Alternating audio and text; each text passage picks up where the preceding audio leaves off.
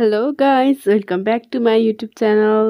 आज चाहिँ म मिठो पिरो बफेलो विङ्सको रेसिपी लिएर आएको छु। यसको लागि चाहिँ मैले सबभन्दा सुरुमा प्याज टमाटर सब कुरा काटेर राखेँ। त्यसपछि चिकन विङ्सलाई डिप फ्राई गरेँ, यसरी जसरी मैले गरिरहेको छु हजुरहरूले हेर्न सक्नुहुनेछ। त्यसपछि मैले यसलाई मजाले हाई हिटमा डिप फ्राई हुन छोडिदिएँ।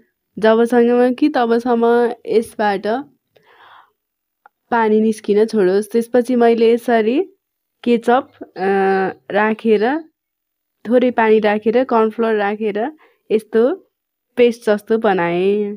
त्यसपछि अघि रेडी गरेको प्याज क्याप्सिकम टमाटरलाई थोरै हाफ फ्राई गरेँ।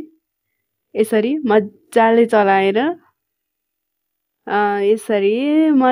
चलाउने हाफ बोइल हुँदासम्म, हाफ फ्राई हुँदासम्म यसरी मजाले चलाइराख्ने ताकि त्यो पिनमा नलागोस् भनेर मैले यति चलाएको थिएँ। त्यसपछि अघि हामीले रेडी गरेको यो पेस्टलाई राखेँ, यसरी मजाले राखेँ।